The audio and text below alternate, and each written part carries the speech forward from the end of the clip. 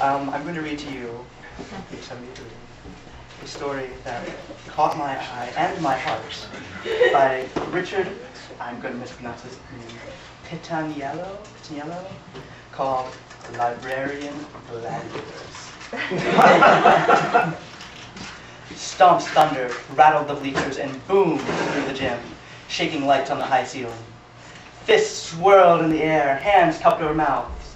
The crowd chanted, "Hecate, Hecate, Hecate, Hecate, heck, heck, heck." Cheerleaders thrashed and sang, "Can't be beat, rockin', rockin', Hecate." The librarian witch in the black rubber trench coat and sharp black hat ignored the crowd. "Must focus," she reminded herself. "Focus and kill." She stared at the two remaining opponents, Circe wielding an endless supply of razor-edged cards and a military-strength barcode laser, and Warlock riding a motorcycle and swinging one of those heavy bathroom keychains as large as a steak. "Amateurs," Hecate sneered. "Time to die." Circe threw a razor card. Hecate spit toxin, striking it in mid-flight, dissolving it and eating a hole through the floor. Circe fired her laser and burned a pit into Hecate's chest, spewing a cloud of acid smoke. Hecate gasped, laughed, hissed. Shh. Warlock revved his motorcycle and charged. Hecate jumped over and flipped, landed cat-like. Circe threw two cards. Hecate dived, but one twisted and cut her, spraying green blood from her arm. Hecate, shh, again.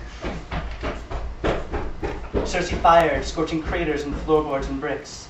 Then she fired the support to the gym's basketball backboard. It snapped loose and plummeted, shattering against the floor, catching Hecate's arm. The crowd gasped. Hecate pushed the blackboard away with her magic and stood up, one arm limp. She raised her good hand, yelled incantations. Then the gym ceiling stretched and swirled like clouds, forming a tornado of distorted plaster and metal. A hole in the bottom sucked and slurped. Circe frantically threw cards at Hecate, but the funnel swallowed Circe and retracted. The ceiling returned to normal, but every light in the gym smoldered red, casting black shadows. The crowd cheered and stomped. Cheerleaders thrashed. Warlock swung his enormous bathroom keychain and took a run at Hecate with the motorcycle. He threw the keychain, striking her hard in the chest. "Can't outrun motorcycles, lady," Warlock sneered. Hecate wheezed. "Can't outrun lightning, Warlock." Tires squealed. The motorcycle raced forward. Hecate shrieked an incantation, and white blue fire shot out her fingertips, lighting the entire gym and blasting Warlock into black ash and bone. The gym faded back to red. The crowd stood and applauded. An announcer stepped out. "Well, dang it, everybody! That was the best episode of Librarian Gladiators yet! Such suspense, such terror, such artistry!" The crowd howled.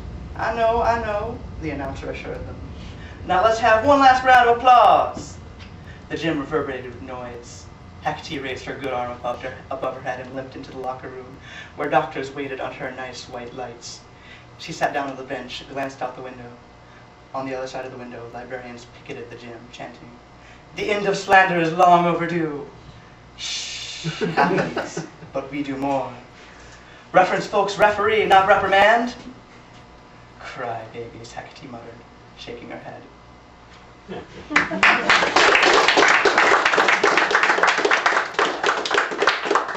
If the southern accent disturbs you, I'm actually from the south, so I have license to do that. We'll have another accent coming up in a minute. Y'all come back now. So my story is called The Empress of the Dragon. It's unique in that I like it. As opposed to my other stuff. So here we go. The Empress of the Dragon. "Let's go ride the dragon," May would say to Chonglei, and his face would immediately scowl. She'd have to call him Pickled Plum, pinch his cheeks, and that only made him scowl worse. But her enthusiasm eventually won out over her little brother, and so soon they were racing to the top, climbing up shifting gears, scrabbling over pulsing pistons, leaping between swooping pendulums as they creaked back and forth. May was never sure whether she was laughing or screaming when she rode the screeching chains rushing to the top. "Hold on!" she yelled back to Chonglei. "Hold on tight!" And right before they hit the top, where the chain would turn over a toothed pulley, leaving her hands mangled as she stayed. She would let go and fly, letting the momentum carry her up, up, up, arms outstretched, reaching for the next bar or ledge. She always grabbed it, though her heart was always pounding too. Very seldom did she fail to beat her brother. She would catch her breath waiting for him in the neck, so that she'd appear to have expended no effort in the dangerous rush to the top. He'd scowl again, frustrated when he met her there, but May would only laugh and take his hand and lead him into the head. From there they could see the land for many li around, the hills of Kuilin stretching out like the unfurling coils of a dragon swimming, while the metal man the children rode lumbered between them. "I can't believe Father built this," May would say, her breathlessness catching up with you. "Father never wanted you," Shanglai would mutter, or something like it, barely audible of the clanking of the clockwork. But May would not let it bother her. Up here, the world unfolded before her, and she was its empress, beautiful all. When her brother got older, a teenager, and invited all his friends, riding the dragon transformed from a game into a kind of sport, a race to the top by a handful of kids. Although her brother's friends were often stronger than her, May was still faster and always beat them. Nobody understood the Clockwork Man like she did. Nobody else knew of its secret valves and chambers, cutting through the circuitous clockwork. Nobody else, not even her father, she thought, had seen what lay inside them.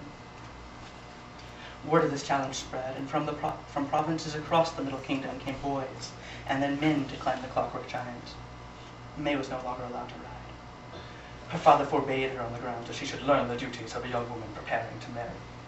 And the older men riding the dragon did not want the presence of a girl tainting their sports. She did not regret this. She knew that she would be forbidden someday. She simply didn't let it stop her. Although she loved showing that she could beat those boys, it was not for camaraderie or competition that she climbed up through the Clockwork Man.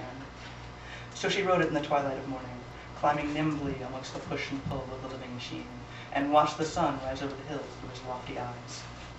She never married. Men scurried around the both of them.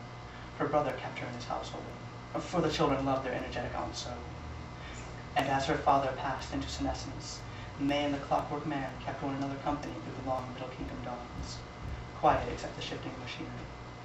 With him, she remained an empress, waiting for the regular sent of heaven from the height of her unconquered throne.